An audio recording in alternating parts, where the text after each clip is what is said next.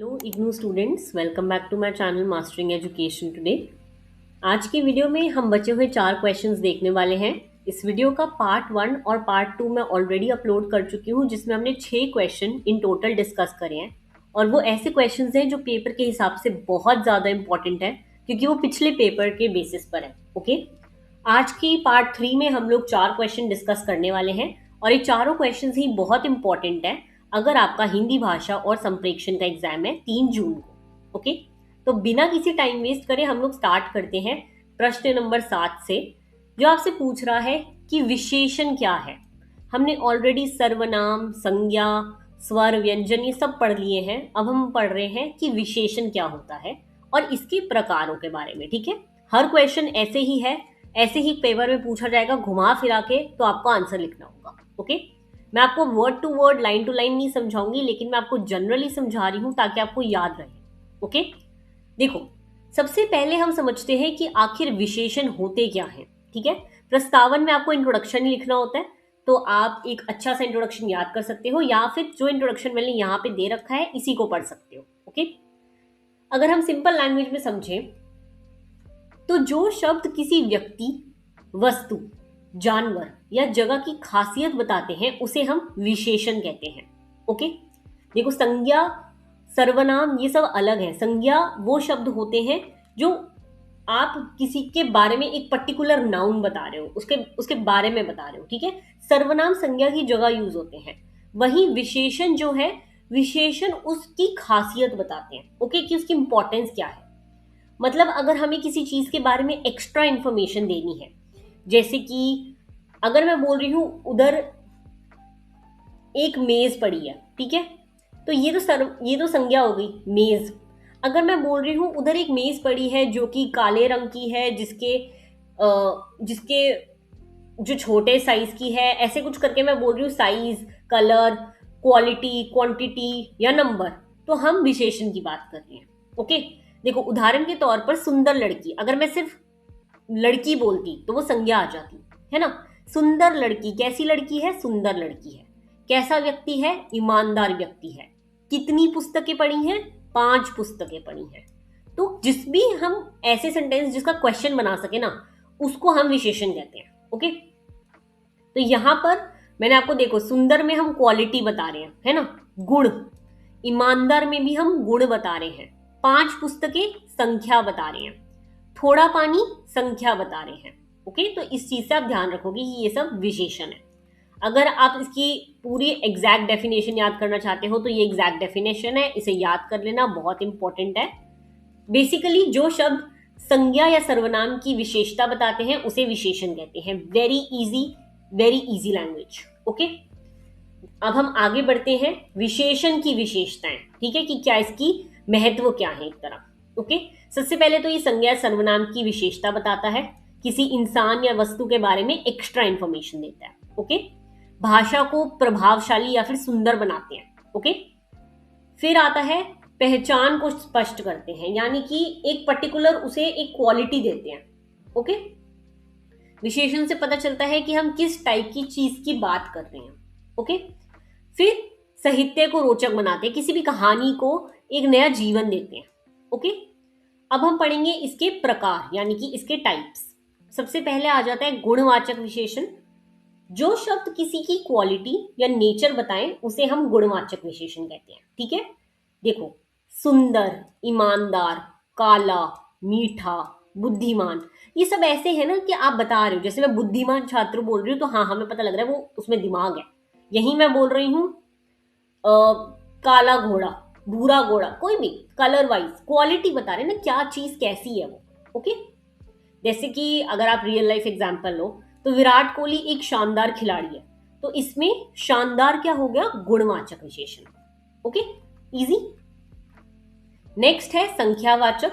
Very easy, number बता रहे हैं। ठीक है, इसके 2 प्रकार होते हैं। एक होता है निश्चित, जिसमें हम प्रॉपर नंबर बताते हैं, 1, 2, 5, 10 कुछ भी। वहीं एक आता है अनिश्चित, जिसमें हम ऐसे वर्ड्स यूज करते हैं, कहीं, कुछ, अनेक, ऐसे कर। ओके, फिर आता है परिमाणवाचक विशेषण। यहाँ पे ये क्वांटिटी या अमाउंट बताते हैं। देखो, परिमाण और अनिश्चित थोड़े बहुत सिमिलर हैं। ओके, क्योंकि देखो इसमें भी ऐसी उधर है, कुछ, कहीं, यहाँ पे अधिक, कम, थोड़ा, तो इसमें आप ध्यान रखोगे। ठीक है, फिर आता है संकेत वाचक विशेषण, जो किसी चीज की तारीफ या फिर इंडिकेशन देते हैं उसकी तरफ। ठीक है, वह लोग, यह, ये सारे वर्ड्स। ओके, फिर आता है प्रश्नवाचक, वेरी इजी क्वेश्चन पूछा जा रहा है, कौन, किस, कितना, ये वाले।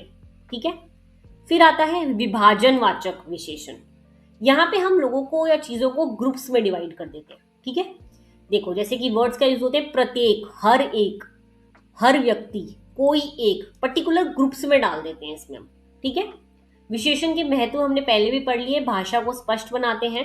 ठीक है, आकर्षण बनाते हैं वर्णों को, और कम्युनिकेशन को, हमारी लैंग्वेज को, हमारी कम्युनिकेशन को बेटर करते हैं, हमारे में एक कल्पना शक्ति यानी कि हमें इमेजिनेशन को बेटर करते हैं। ओके, तो इजी है ये क्वेश्चन। आपको विशेषण और संज्ञा में अंतर पता होना चाहिए। मैं आपको बता दूं, देखो ये 3 पॉइंट बहुत इंपॉर्टेंट है पेपर में, इसमें पेपर में इसी में से घूम फिर के क्वेश्चन आ सकता है। ओके, देखो संज्ञा जो है वो नाम बताती है, लड़का, घर, घोड़ा, ठीक है, मेज या फिर पुस्तक, संज्ञा। ओके, विशेषण उसकी क्वालिटी बताती है, अच्छा लड़का, बड़ा घर, भूरा घोड़ा या फिर छोटा मेज, तो क्वालिटी बताना। ओके, तो देखो यहाँ पे बता रखे हैं सारा, आप यहां से पढ़ सकते हो। संज्ञा पहचान कराती है जबकि विशेषण उस पहचान को अधिक स्पष्ट करती है।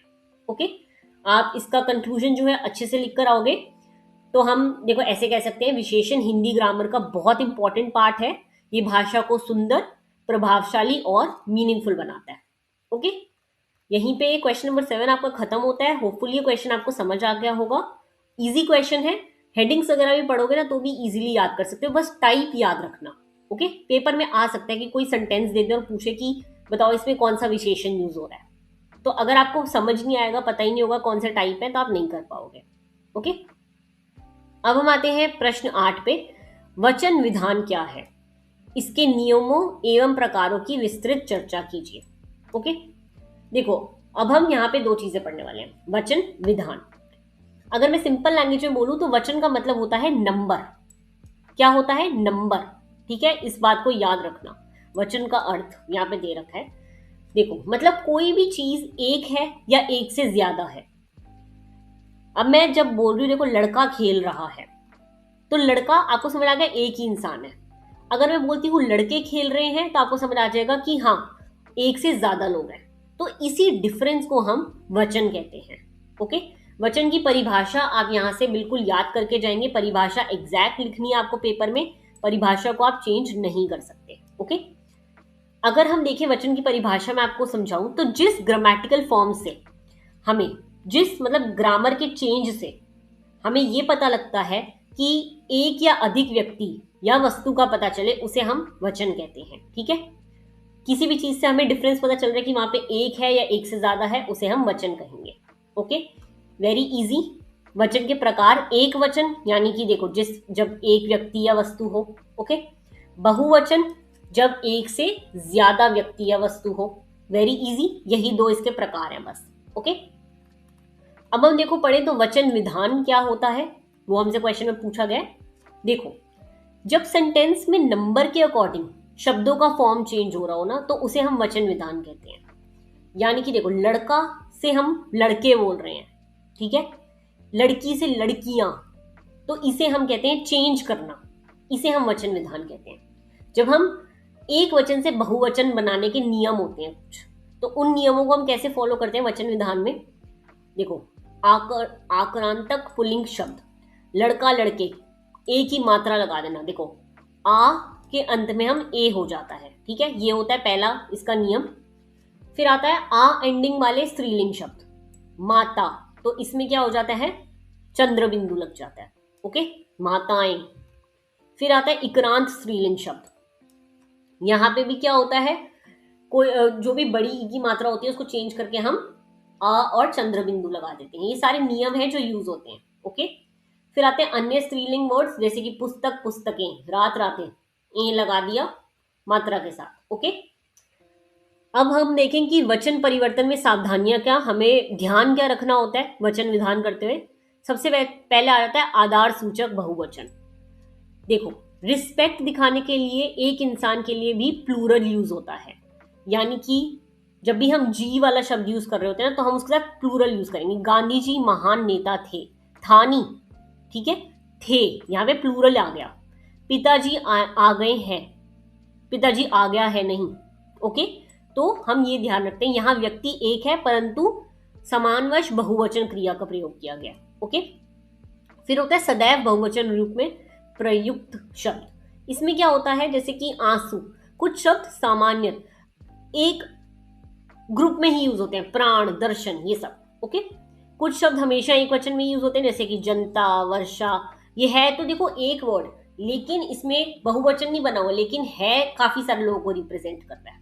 ओके, आप वचन के जो है महत्व देख सकते हो कि ये भाषा को सही बनाता है, एक तरह हमें मीनिंगफुल बनाता है, वाक्य में हमें समझ आता है कि हम क्या वाक्य में क्या बोलना चाह रहे हैं। ओके, तो यही इसके महत्व है। बहुत इजी है, महत्व इतने आएंगे नहीं, बट आपको ये इसके रूल्स वगैरह सब पता होने चाहिए। ओके, अब हम आते हैं प्रश्न 9 पर कि क्रिया क्या है, इसके प्रकारों का विस्तृत वर्णन कीजिए। फिर से हमें इसके टाइप्स बताने हैं। देखो, सबसे पहले याद रखिए, किसी भी सेंटेंस का किसी भी सेंटेंस को एक मीनिंग, किसी भी सेंटेंस का मतलब हमें क्रिया से पता लगता है। अगर क्रिया हटा दे तो सेंटेंस जो है अधूरा हो जाएगा, खत्म हो जाएगा। ओके, जैसे कि अगर मैं आपको बोल रही हूं राम, राम पढ़ता, कोई सेंटेंस ही नहीं बना, कुछ आ ही नहीं रहा, खत्म ही नहीं हो रहा कहीं, तो राम पढ़ता है, ये होगा पूरा सेंटेंस। ओके, आप यहाँ पे क्रिया की परिभाषा को बहुत अच्छे से याद रखेंगे। ये भी क्रिया की परिभाषा, जिस शब्द से किसी काम, घटना या स्थिति का पता चले उसे क्रिया कहते हैं। करना है ना, क्रिया क्या होता है, वर्ब। कोई भी एक्शन करना उसे हम क्रिया कहेंगे। पढ़ता है, गाता है, सोता है, नाचता है, बोलता है, ये सब क्या होते हैं, क्रिया। ओके, अब हम क्रिया की विशेषताएं देखें तो कार्य का बोध कराती है, काम का पता चलता है हमें कि क्या काम हो रहा है। ओके, सेंटेंस को कंप्लीट करती है, टाइम का पता चलता है हमें, कब कहाँ क्या टाइम, मतलब क्या समय पे क्या हो रहा है। ओके, कर्ता से संबंध रखती है, यानी कि हमें रिलेशन एक बनाने में हेल्प करती है। ओके, अब हम क्रिया के प्रकार पढ़ेंगे। तो सकारात्मक क्रिया सबसे पहले, जिसमें कर्म की जरूरत होती है, यानी कि अगर कर्म हटा दे तो सेंटेंस यहाँ पे इनकम्प्लीट हो जाएगा। कर्म यानी कि राम पुस्तक, अब मैं राम पुस्तक सिर्फ वर्ड यूज करूंगी तो कुछ मतलब नहीं बनेगा। पढ़ता है, क्या करता है, पुस्तक को पढ़ता है। ओके, किसी भी चीज के बारे में बता रही कि क्या हो रहा है, सीता पत्र, अब सीता पत्र खा रही है, सीता पत्र लिख रही है, सीता पत्र पढ़ रही है, क्या कर रही है, सीता पत्र के साथ कुछ कर रही है ना, तो वही क्या कर रही है, ये होता है सकारात्मक क्रिया। ओके, फिर आता है अकारात्मक क्रिया, जिसमें कर्म की जरूरत नहीं होती। बच्चा सोता है, ठीक है, पक्षी उड़ते हैं, ये फैक्ट्स की भी बात करते हैं। ओके, फिर आते हैं देखो विशेषता, कि क्रिया का प्रभाव सीधा कर्ता तक सीमित रहता है। इसकी विशेषता पढ़ी है ये हमने अकारात्मक की। अब आप दोनों को इसमें सकारात्मक और अकारात्मक पता होना चाहिए कि डिफरेंस क्या होता है, बहुत जरूरी है। देखो, सकारात्मक में हर एक्शन का इफेक्ट क्या हो रहा है ऑब्जेक्ट पे, वो पता लगता है, ठीक है, और यहाँ पे एक्शन सिर्फ एक लिमिटेड होता है। ओके, कर्म की जरूरत होती है, कर्म की जरूरत नहीं होती, वेरी इजी। ओके, मुख्य क्रिया, जो मेन एक्शन क्या हो रहा है, वह विद्यालय जाता है, मेन चीज क्या हो रही है, अभी क्या हो रही है वो। ओके, फिर आता है सहायक, जो किसी का हेल्प करती है किसी चीज में। ओके, वर्ब की हेल्प करती है, वह विद्यालय गया था, कहां गया था, विद्यालय गया था। ओके, जैसे क्वेश्चन का आप आंसर बताओगे ना, वो आ जाएगा। फिर आती है संयुक्त क्रिया, जो दो वर्ब्स मिलाकर एक स्पेशल मीनिंग बनाते हैं। वह पढ़ गया, बच्चा रो पड़ा, ये सब क्या आ गए, संयुक्त। ओके, फिर आता है प्रेरणार्थक क्रिया, जब कोई दूसरे से काम करवाए, शिक्षक ने विद्यार्थियों से, ठीक है, पिता ने बेटे से। ये जो से वाला वर्ड है ना, अगर ये किसी भी सेंटेंस में आएगा तो आपको पता लग जाना चाहिए कि ये प्रेरणार्थक क्रिया है। Okay, easy. नाम धातु क्रिया, देखो नाम धातु जो नाउन या दूसरे वर्ड से बनती है, इसमें नाउन का यूज होता है। स्वीकार, अब स्वीकार पूरा वर्ड नहीं है ना ये, स्वीकारना, देखो ये जो ना वाला आ जाएगा ना तो आपको पता लग जाएगा ये नाम धातु है। ओके, ये हिंट्स वगैरह याद रखना, पेपर में काम आएंगे। ओके, देखो इसमें संयुक्त में भी ये होता है, कुछ पास्ट में हुआ, पड़ गया, रो पड़ा, सैनिक लड़ मरे, पहले की बातें हो रही हैं। ओके, क्रिया के महत्व, सेंटेंस कंप्लीट करती है, एक्शन क्या हो रहा है वो बताती है, किस टाइम पे हो रहा है, प्रेजेंट में, फ्यूचर में, आगे होगा, वो सब बताती है, कम्युनिकेशन को क्लियर बनाती है। यही इसके कुछ महत्व है। ओके, अब नेक्स्ट हम आते हैं लास्ट क्वेश्चन पे, हिंदी भाषा का स्वरूप, प्रकृति एवं विकास का वर्णन कीजिए। देखो, लैंग्वेज इंसान के कम्युनिकेशन का सबसे इंपॉर्टेंट माध्यम है। अगर लैंग्वेज नहीं होती, भाषा ही नहीं होती, तो भारत जैसे एक ऐसी कंट्री जहां पे बहुत सारी भाषाएं यूज होती है, वहां पे हिंदी का रोल बहुत इंपॉर्टेंट है। हमारी मातृभाषा हिंदी है ना? तो अगर हिंदी होती ही नहीं तो हम आपस में बात कैसे करते, मैं आपको समझाती कैसे, है ना? हम जो व्हाट्सएप पे मैसेज लिखते हैं उसमें भी हम हिंदी यूज करते हैं, इंग्लिश आ गया एक नया, तो हिंदी ही नहीं होती तो इंग्लिश बनती ही नहीं ना। तो हम यहाँ पे हिंदी सिर्फ एक लैंग्वेज नहीं है, बल्कि हमारी नेशनल यूनिटी और कल्चर का सिंबल भी है। ओके, तो हम यही पढ़ने वाले हैं कि इसका स्वरूप कैसा है, कैसी है ये, और विकास में कैसे काम आई। ठीक है, सबसे पहले हिंदी भाषा का स्वरूप पढ़ेंगे। हिंदी एक जन भाषा है। हिंदी मतलब आम लोगों की लैंग्वेज है। भारत में सबसे ज्यादा बोली और समझी जाने वाली भाषा हिंदी है। ठीक है, हिंदी एक संपर्क भाषा है। डिफरेंट स्टेट्स के लोग एक दूसरे से बात करने के लिए हिंदी का यूज करते हैं। ओके, हिंदी एक समृद्ध भाषा है, मतलब हिंदी का लिटरेचर बहुत रिच है। ओके, हिंदी देवनागरी लिपि में लिखी जाती है, सबको पता है ये चीज। ठीक है, हिंदी ग्रहणशील भाषा है, यानी हिंदी ने बहुत सी लैंग्वेज को एडॉप्ट करा है। हिंदी से ही काफी सारी और लैंग्वेज बनी है, जैसे कि संस्कृत, अरबी, फारसी, ये सब। ठीक है, अब हम देखते हैं हिंदी भाषा की प्रकृति, यानी कि कैसा यूज करी गई है वो। ठीक है, कैसी है वो। सबसे पहले तो देखो, परिवर्तनशील भाषा है। टाइम के साथ हिंदी चेंज होती रहती है, नई टेक्नोलॉजी आती है तो नए नए वर्ड्स भी बनने लग जाते हैं। ओके, फिर है सरल और सहज भाषा है, यानी कि इजी भाषा है ये काफी।